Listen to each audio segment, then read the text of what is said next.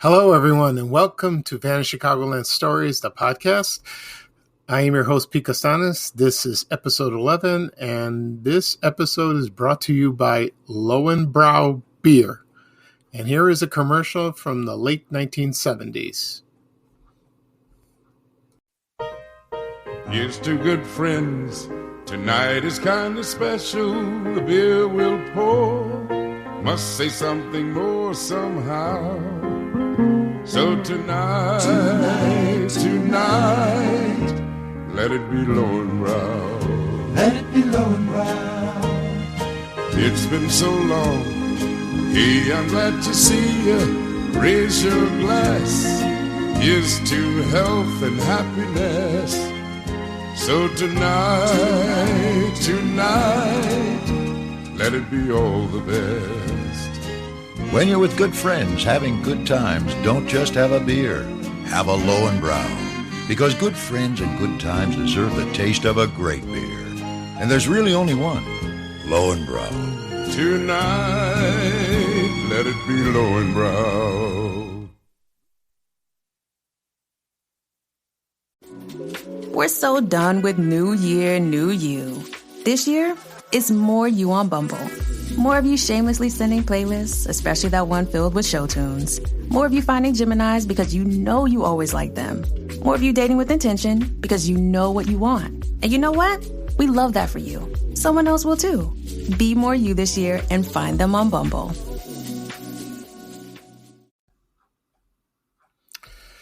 Okay, everyone, that was fun to listen. I chose that particular commercial because it's one of my favorites, and I'll tell you a little history about that commercial and the beer itself. Now, when I first saw it, they used to air it on Saturday nights on Saturday Night Live, and with the original I can't even say it, the original cast. Which was John Belushi, Jane Curtin, Chevy Chase, Gilda Radner, and so on. And like I said before, they used to air this during the show. And that the singing voice in that commercial, it sounded so velvety. And I thought it was Lou Rawls because it does sound like him. And then I just found out earlier today, it was not him. It was not him at all. And because I remember Lou Rawls, and he was a wonderful singer. He was from Chicago, and he recorded a lot of songs. And I remember the promos he sang for WGN-TV Channel 9 in the early 80s. Well, maybe earlier mid-80s. And you can still find those on YouTube.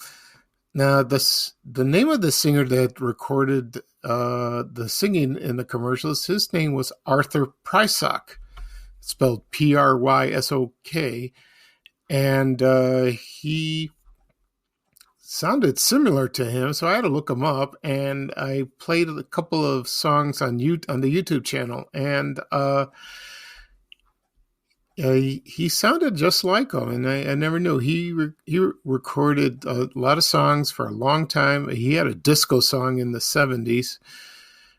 Download that and see. So he did sound like him. Anyway, the commercials aired from the late 70s. The Lowenbrau beer commercials aired from the late 70s and 1980s. And I've had the beer once. It was not bad, and it was from Munich, Germany. It was there for a long time. And then someday I didn't see it, on display at liquor stores or other type of stores. It's still made, but according to some sources, it was sold to a Canadian brewery. And I've heard from people it's not the same same taste as the old one. So that's just like Schlitz. So maybe they changed the recipe. I haven't seen it in quite a while. I'm sure it's around in certain areas in the United States or in Chicago too. So if I do see it, I might buy it because, I'm not a beer drinker. I seldom drink. So I only drink like for special occasions, or I'm not a big fan of wine either. Excuse me. So there you go. So now this is episode 11, and I'm going to speak about a few things that happened the past week. I'm going to talk about two actors that passed away that were well known in television. The first one, his name was Aaker, and he was famous for his starring role as Rusty of B Company in the TV series The Adventures of Rin Tin Tin that was aired in the 1950s. I'm not familiar with the show. I've read about it. I've seen a few episodes on Antenna TV. I don't have that channel anymore because I switched cable companies. And I saw it a couple of times on the weekend. It was very entertaining. And the dog, Rin Tin Tin, he's so cute. He was a very bright dog. You know, he would listen to you. Anyway, so the show ran, I'll tell you when it ran. I'll look it up. Okay, the show started in October 15th, 1954, and ended in May 8th, 1959. So it ran a good 5 years. And Aaker's co-star, his name was James Brown, not the singer. And I remember seeing him on a few TV shows. So there were a lot of guest stars, and some played multiple roles on the show. And so it was quite enjoyable. I hope it comes on DVD. I would buy it because I'm a collector and I would like to see it. So getting back to Aaker, he was been acting for almost all his life. He starred in two famous films in the 1950s, The Greatest Show on Earth and High Noon.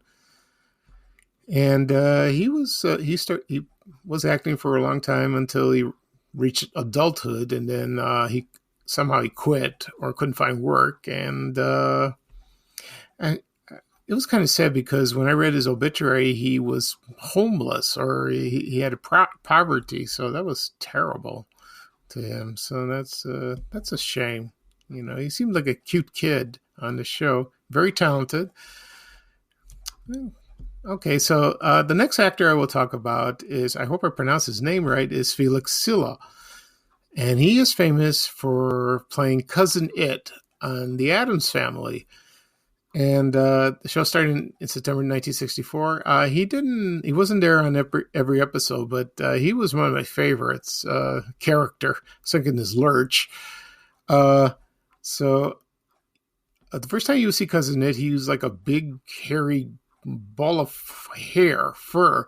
Later on, he wore dark sunglasses and a hat, a bowler. And whenever he spoke gibberish. So you don't know what he said, but I think the only couple of people that understood him was Morticia and Gomez Adams. And whenever he stayed, he stayed up in the Adams' attic. And I remember one episode where he was so short, you know, and when some of the family members came to visit, they had to slouch down, and it was funny because he was so cute and he's so little. And I remember the first time I saw the Addams Family was on Channel 32 in the early 70s.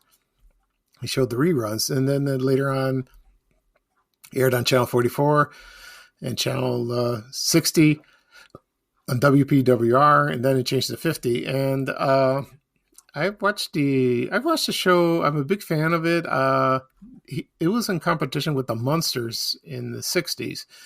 To be honest, I love the Munsters. It's much more funnier, and I think it's more slapstick. But Addams Family was funny, but it was more a little sophisticated than them. And there was always this debate who was the better family, the Addams Family or the Munsters. So it's hard to choose. So I like both of them. I have both of them I have both shows on DVD, so I enjoy them all the time. Anyway, so Felix Silla, he was not just an actor, he was a stuntman. And he was famous for being on Battlestar Galactica in the 1970s, a TV show. And he played Tweaky, which I didn't know. I did know. I didn't watch the show much. when it aired, but it's got a cult. And I remember Lauren Green was there, Richard Hatch, and I don't know who else was in the cast. So I could look it up. Oh, here we go. Yeah, it was Lauren Green. A lot of famous people. It only ran about 1 year, so that's pretty amazing. So that's so sad about the actor who played Cousin It. You know, he appeared in a lot of TV shows. He's one of the few survivors of the actors in Addams Family. The only one who's left is John Astin and Lisa Loring, who played Wednesday Addams. So he died yesterday of pancreatic cancer of age 84. Okay, now we're going to talk about other things. Let's see what we have. First thing off, I will talk about. There was a post yesterday on Facebook. I posted about Chances Are restaurants, and the moment I post that, everyone remembered it at that time. So I believe the first location was in the Old Town neighborhood in Chicago, located at 1533 North Wells Street, and it opened 1961. And it was a very, very nice place. I heard the hamburgers were delicious, and then it's nice when you have a burger, a nice cold mug of beer, from what I've told. And they also had the the waitresses would serve you peanuts, and then you would throw the shells on the floor.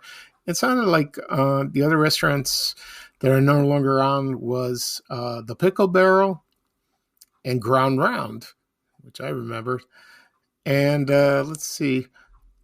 One of the owners, his name was Richard Baldwin. And at the time when they opened in Old Town wasn't very, chic. It was kind of run down, but now it's nice, very nice. But a lot of things have changed. Soon there were, and then they opened more locations. There was one in Hyde Park, River Oaks in Calumet City, in Skokie, Palatine, and in Champaign, and one location in Michigan, the state of Michigan. And it was a great restaurant during the 60s where all the hippies hung out. And there was I wished I tried that restaurant. I heard it was very interesting, but I found menus for years on eBay and online, and it looked very good. They had other items there too. So we'll get to that. No, we won't get to that. We don't have time. Okay. All right. Another thing I would like to talk about is here's a man his name was Don McNeil, and he was a radio host. He was very famous in Chicago in the old days. If you mention his name now, I doubt anyone will remember. Anyone under 50 will not know him. Maybe under 40. We'll see. And he started a radio show. It was called Don McNeil's Breakfast Club. And it was on the ABC network. And it was on ABC first, but I think NBC was first. And that show ran from June 23rd, 1933 to December 27, 1968. And it was on for about 35 and a half years. That's a long time. And I think it's the only one that's the longest. When I was growing up, I didn't really remember him. I didn't hear him on the radio. My parents didn't, because they didn't understand English when, in the old days in the 60s. So I read up some interesting history about him. And it was like when you have morning shows like the Today Show, Good Morning America, WGN, Morning News, you have a little of... you have variety. You have singers on. You would tell jokes, and he would. The only thing I don't, the Today Show, they don't, or any of the morning shows, they don't hawk sponsors. But Don McNeil did, and his the most popular sponsor at the time was Swift and Company. I remember the hot dogs and the ham and Butterball turkey was born from there. And it's sold off to another company. I don't know if Swift is still around. I think I saw a product on Jewel the other day. I think it's around somewhere. Not in Chicago. They had a big presence here. The Breakfast Club was aired at first at the Merchandise Mart. Then it was broadcasted at other hotels in the Chicago area and downtown Chicago. It was at the Morrison Hotel, and it was a place called the Terrace Casino, the College Inn Porterhouse at the Sherman House, and the last one was at the Tip Top Room of the Allerton Hotel, which is still there on Michigan Avenue. And he was there until 1968, and he died. Let's see, I forgot when he died. He died in May 7, 1996. So a lot of people who worked in radio or had been in the business, they knew who he was. And I posted. This is the first time I posted of him on Facebook. He did have a TV show. It aired in 1950, but it only ran for 1 year. I don't know why. Maybe it didn't work on TV. It worked well on television. And then the show returned in 1950. It returned later on, but it didn't work. So he was a very popular man, like I said before, and I think there were yearbooks printed for the show. I've seen a lot of them on eBay, and I looked at them and I read them. It was nice seeing all that. So he's mostly forgotten for most people, which is a shame because he was one of a kind. So that's about it for him. The next thing I want to talk about is another restaurant called Town and Country. I posted menus and photos of that place, and a lot of people remembered it and they loved it. They loved the restaurant. There was 2 locations. Let's see. One was at 1500 West North Avenue, right about east of Ashland, and the other location was in, I think, Rogers Park. Let me get the address. I think I want to say it right. So it's it was on Ridge Avenue. So it was 5970 North Ridge Avenue. Between Clark and Peterson. And I've remembered this restaurant. Somebody mentioned it, and I went there, and they remember, like when you go to these restaurants, they always have the desserts out front displayed, all cakes, pies, pastries. Oh, and I've seen a lot of menus from that place, and they look absolutely good. It looks delicious. So I have a menu up. And I'll read a couple things they made. Fudge cakes, chocolate rum whip cake. Sounds good. Sounds like Dressel's, only they had alcohol in it. And let's see, they had pies, all kinds of pies. And let's see, for their entrees, they had the famous town burger. They had fried chicken, prime rib, sirloin steak, lobster tails, and Italian spaghetti, of course. So it looks so good. It seemed like a very popular place. There's a little history about that place where when Harold Washington died in 1987, they would try to select who would be the next mayor, because I worked at City Hall at the time where he passed away. I worked at the Board of Elections, and when that happened, when he died, it was the atmosphere was so tense. Oh, it was scary. I didn't like that. I think people were shocked or didn't want to say anything, but I remember that lasted about a day or two. Then everything went to normal. So they tried, and so a lot of people from the city council met at the Town and Country restaurant on North Avenue. And they chose the Alderman Eugene Sawyer, which I remembered him. He seemed like a very nice man, and he served as mayor for 2 years. And when he ran for the election, Richard M. Daley Jr. won. And Eugene Sawyer died in 2008. So a lot of people remember the signs of the restaurant, from when you drive on the Kennedy Expressway. I think it was shown. I don't know. All I remember from that area is the Morton Salt factory. And that's closed now. And I think there's be some redevelopment that's going to happen there. But that's so iconic. That place. Okay. So let's see. Yeah, it's been a busy week. There was 2 deaths from Hollywood. And, interesting. Don McNeil's Breakfast Club aired on Channel 7. And the call letters were WENR. And then it turned into WBKB, and then it turned to WLS in October 1968. WBKB was on Channel 2, but it was Channel 4. Then they switched it to Channel 2. I don't know the whole history of that. That was strange. That was in the 50s, starting in 1953. And so a lot of people don't remember the former call letters of Channel 7. We always known as WLS. Same call letters as the radio station. Okay. So that'll be all for today.